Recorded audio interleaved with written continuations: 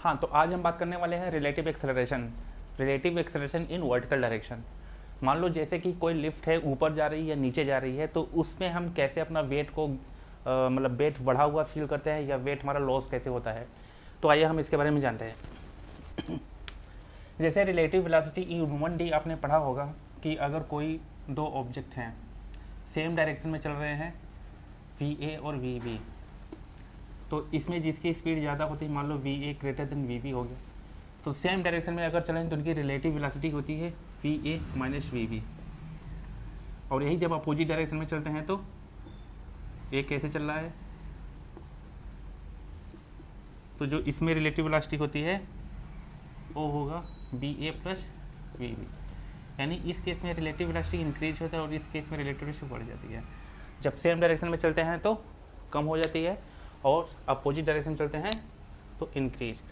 इसी तरीके से आइए हम यहाँ पे जानते हैं कि वर्टिकल डायरेक्शन में क्या होता है एक्सेलरेशन के केस में। मान लेते हैं कोई लिफ्ट है, इस लिफ्ट में कोई पर्सन यहाँ पे है और ये लिफ्ट, अच्छा इस मैन जो है पर्सन है, यहाँ पे इसका मास अगर m है तो इसका वेट जो होगा m इंटू जी होगा, क्योंकि ग्रेविटी इसको g से नीचे खींच रही है। मान लो ये लिफ्ट है, लिफ्ट भी नीचे जा रही है a एक्सेलरेशन से और a की जो वैल्यू है लेस देन g है। तो उस केस में क्या होता है, अब देखा जाए दो एक्सेलरेशन, एक मैन का एक जो एक्सेलरेशन है आदमी का, यहाँ पे हम बनाएंगे अगर फ्री बॉडी डायग्राम मैन का, तो ये तो g हो गया। और लिफ्ट है लिफ्ट भी कहाँ जा रही है, नीचे जा रही है, तो इसका जो नेट होगा एक्सेलरेशन वो क्या होगा g माइनस ए, क्योंकि दोनों सेम डायरेक्शन में चल रहे हैं। उस केस में मास इंटू g माइनस ए, तो ये जो होगा वेट एक्चुअली थोड़ा सा कम हो जाएगा। मान लो यही लिफ्ट थोड़ा ऊपर जा रही है, अगर ऊपर अपोजिट डायरेक्शन में ऐसे, ये मैन है, ये मैन यहाँ पे ये अपना पैर रख रहा है लिफ्ट पे, इसका g नीचे काम कर रहा है m इंटू जी, बट ये लिफ्ट ऊपर जा रही है a एक्सेलरेशन से।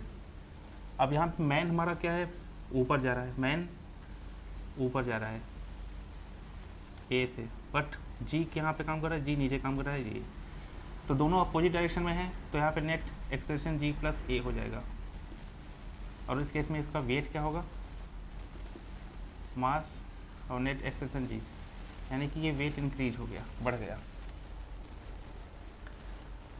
मान लीजिए कि यहाँ पे फ्री फॉल के केस में अगर लिफ्ट की रस्सी जो है टूट गई, कुछ ऐसा केस होता है कि लिफ्ट की रस्सी टूट जाती है,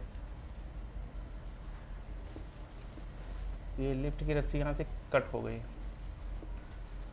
अब इसमें जो मैन होगा, वो मैन का जो नीचे जी ग्रेविटी जी से काम कर ही रहा है, लिफ्ट भी नीचे कितने से आएगी, जब बिल्कुल कट जाएगा तो जी ग्रेविटी से नीचे गिरेगी लिफ्ट, तो लिफ्ट का भी एक्सेलरेशन जी हो गया और मैन का भी एक्सेलरेशन जी हो गया। तो यहाँ पे दोनों का एक्सेलरेशन जी माइनस जी, अपोजिट सेम डायरेक्शन में है इसलिए माइनस होगा, यानी कि जो एक्सेलरेशन नेट हो गया वो जीरो हो जाएगा। इस केस में हमारा वेट क्या होगा, वो भी जीरो। इसको कहते हैं वेटलेसनेस, यानी कि free fall condition, free fall हो गया ये, इसको बोलते हैं फ्री फॉल। फ्री फॉल के केस में इंसान क्या है, उसको ये नहीं होगा फील कि हमारा कोई वेट है, सीधा नीचे गिरेगा जी से, जिस ग्रेविटी से लिफ्ट गिरेगी उसी ग्रेविटी से मैन भी गिरेगा, तो नेट एक्सेलरेशन उसका जीरो हो जाएगा, जिसकी वजह से उसका वेट जीरो होगा। आइए हम यहाँ पे देखते हैं, अगर मान लेते हैं कि लिफ्ट नीचे गिर रही है ग्रेटर देन जी एक्सेलरेशन से, यहाँ पे एक लास्ट केस बनता है, ये लिफ्ट है, लिफ्ट में जो मैन है ऐसे यहाँ पे, इस मैन के यहाँ पे फुट यहाँ पे है, ये जी से यहाँ पे इसको पुश किया हुआ है और ये नीचे गिर रही है, A is equal to A greater than G से, कोई एक्सेलरेशन है जो जी से ज़्यादा है उस ग्रेविटी। सपोज दैट जी की वैल्यू जो होती है 9.8 और यहाँ एक्सेलरेशन वो गिर रहा है 10 मीटर पर सेकेंड स्क्वायर से। अब क्या होगा इस केस में, क्या होगा इस केस में, यहाँ पे इसकी जो एक्सेलरेशन है वो मैन की, तो ये मैन हो गया मान लेते हैं इसकी ग्रेविटी 9.8, जी की वैल्यू 9.8, और यहाँ पे लिफ्ट है वो 10 मीटर पर सेकंड स्क्वायर से नीचे गिर रही है। तो जो मैन गिर रहा है, मैन 9.8 से है और ये 10 से, उस केस में क्या होगा, इनके बीच में क्या होगा, रिलेटिव मोशन होना शुरू हो जाएगा, जो कि ये आदमी जो है लिफ्ट से ऊपर उड़ना शुरू कर देगा। एक तरह का देखा जाए तो लिफ्ट ज़्यादा तेज़ी के साथ नीचे गिर रही है और मैन थोड़ा कम नीचे से जा रहा है, कम स्पीड से जा रहा है, तो क्या होगा, ऊपर हवा में फ्लाइंग करेगा, लिफ्ट के अंदर ही ऊपर की साइड में आएगा। और एक टाइम ऐसा आएगा कि इनके बीच में जो डिस्टेंस बढ़ता चला जाएगा, मैन थोड़ा और ऊपर जाएगा और इसका पैर यहाँ पे हवा में होगा, फिर ये लिफ्ट और नीचे जाएगी, मैन और ऊपर जाएगा थोड़ा सा, क्योंकि इनके बीच में डिफरेंस आ गया एक्सेलरेशन में। एक टाइम ऐसा आएगा कि ये जाके सर इसका टकराएगा यहाँ पे धड़ाम धड़ाम। अब ये हो जाएगा एक और भी भयानक एक्सीडेंटल केस, उसका सर उसकी छत पर से जब भिड़ेगा तो क्या होगा इसका। ये है लास्ट वाले केस में, यानी कि इसमें जी माइनस जो ए होगा, अब जी माइनस ए यहाँ पे आ जाएगा टोटल निगेटिव, ये निगेटिव एक्सेलरेशन आ जाएगा जो भी है ए माइनस जी। अगर हम यहाँ पे नेट एक्सेलरेशन बोले तो मान लो अगर इसका 9.8 रखेंगे, -10 रखेंगे, तो आ जाएगा यहाँ पे -0.12, ये 1.2, ये जी नेट होगा। अभी इस केस में हालांकि ये तो पॉसिबल है नहीं, हाँ मान लेते हैं कि कोई एक्सटर्नल फोर्स लगा लिया जाए या कोई इंजन या कोई मशीन काम करेगा लिफ्ट को और तेज़ी के साथ नीचे, तभी जाके ये पॉसिबल हो पाएगा। मान लो अगर यहाँ पे एक क्वेश्चन हम करते हैं मंकी से रिलेटेड। मंकी किसी रस्सी को पकड़ के ऊपर जा रहा है और रस्सी की जो स्ट्रेंथ है वो एक फिक्स्ड है कि अगर उसका जो लिमिट है, लिमिट का मतलब वो कितना वेट मतलब बियर कर सकता है। सपोज दैट अगर उस पर वेट ज़्यादा हो गया तो रस्सी टूट जाएगी। तो इस टाइप का जो क्वेश्चन होता है यहाँ पे हम उसी से देखेंगे।